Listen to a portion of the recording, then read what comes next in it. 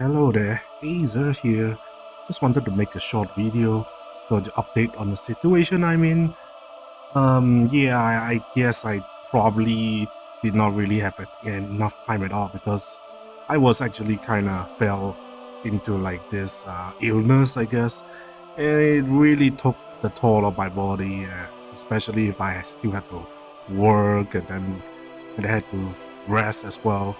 Whenever I wanted to, do something else other than just play the game a little bit, it's just my whole body just feels very, very tired because of this illness. So I had to, unfortunately, not really touch the computer that much. So yeah, that's the reason why you probably see me in a lot of my socials. But yeah, that's why I wanted to make a video to just update a little bit about what I'm actually currently doing. Yes, the October headline. I know some people might say it's still the same thing, but for me, I think this is probably one of the better ones. Firstly, the first half is pretty decent. You get content. You literally have an update for the Mediola Outer Area 1, which is originally just a lava zone and just nothing. And I really glad that they actually now added some floating rocks and the bottom section as well, which filled with enemies, and there's also like a huge arena for fighting the boss. And I'm really glad they actually make the activity in an open field to be like uh, combat zone instead of like just another open field, because it makes sense now that 32/32 players can just group up together and just hunt whatever new materials we can use to upgrade our auxiliary weapons.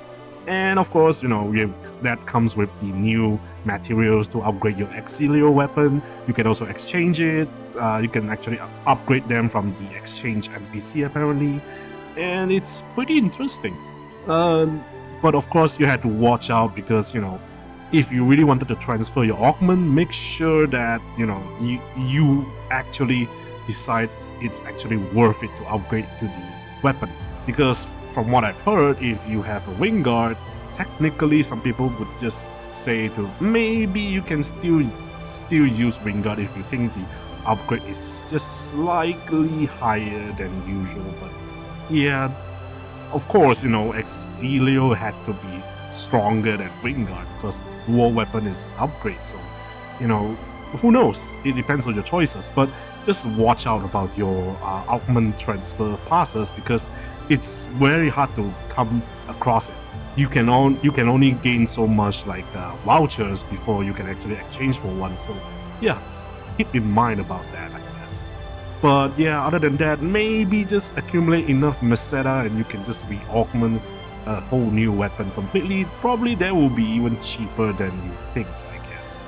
Other than that, I guess there's also a very nice upgrade for the SG items and then the mission pass and the special scratch as well, which is pretty nice because I really wish they actually upgrade the special scratch tickets more often because it's just I have so many of the scratch tickets and I wish to use them all, but it's really nice that they finally add in some new stuff, from the past ACs or legacy items from base PSO2.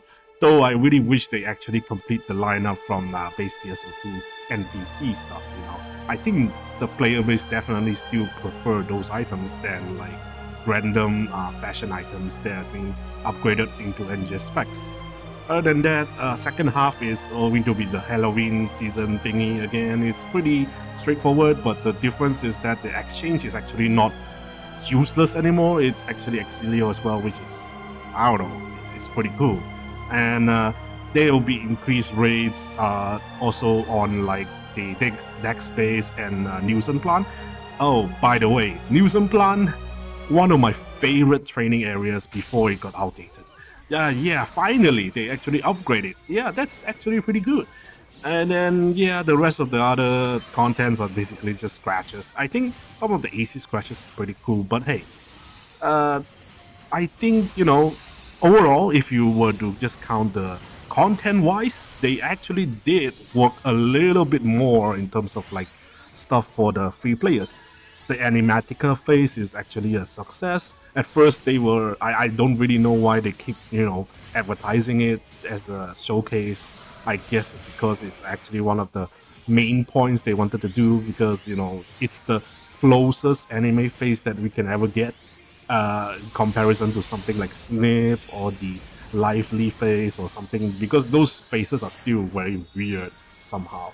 But this one is just way better. A lot of people have managed to create even characters from other games that looks anime. So congratulations, because now you can actually recreate your cosplays of your anime's characters that you love, stuff like that, or from other games, I guess. So now also they did add in the build parts for water, which actually allows you to make it like swimmable. So you can actually build a lot of stuff in the creative space as well, which is pretty cool to see a lot of people's creation in their creative spaces. And I also intend to make one for myself, but that will take time, I guess. Maybe in the future video or future stuff, I guess. And I'm still working on that. You know, that's I don't know, life novel stuff, I guess. But hey, just it still requires time to finish up, because I'm just a single person here. I hated to edit every single thing, every video, every audio. I had to edit by myself, and yeah, that is definitely going to take time, especially if I'm working full time as well. But yeah, that's just it, and I'm really glad that the update really actually utilizes an open field instead of just limited time quests. So yeah, I wish they actually upgrade more open field areas to just literally transform them into combat zones like this zone here, because it really do feel like those it really does feel like those MMORPG games where you actually raid a area with like your friends and other parties together.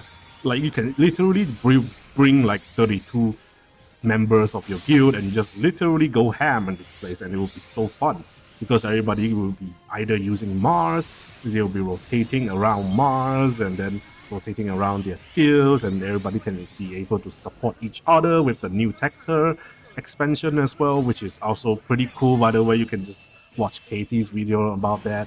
And I'm also very glad that Carol somehow take a liking to it. Yeah, bonking forever, am I right? So overall, it's a very, very decent update. I don't understand why people still like ham on it, but to be honest, I'm really glad that it's being received very well, especially with the release of the other games like Throne of Liberty.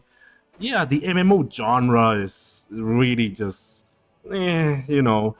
I mean that game looks okay, I guess, but it's gonna take way more time off your schedule if you really wanted to play something like Throne of Liberty, because it's very, very competitive in comparison to something like New Genesis. So yeah, it's fine. And and then that's it. I'll be working on my videos content, and I'll probably make a little bit of a short video here and there just to increase the algorithm, because I heard actually YouTube is going to like change the shorts timing or something. I don't know, but hey, that's probably a thing that I can utilize. And hopefully, if you like my videos and my older contents as well, and you will probably get some laugh on my memes. Please leave a like and subscribe. I really, really, really appreciate it, because come on, man. I mean, like, come on. I have so many like followers on my X account. By the way, I also appreciate all the followers as well. Uh, and I really wish all of the followers would be able to subscribe to my, you know, YouTube account as well. Because to be honest, most of my YouTube subs are just dead subscribers, unfortunately. So I wish to just break the record and finally just break free from this curse and try my best to be the best PSO2 NGS YouTuber in the whole planet. And I'll be probably covering other games as well if I'm interested. But So far, yeah, NGS is still pretty cool. Yeah. And that's it. I'll see you guys next time. Sayonara.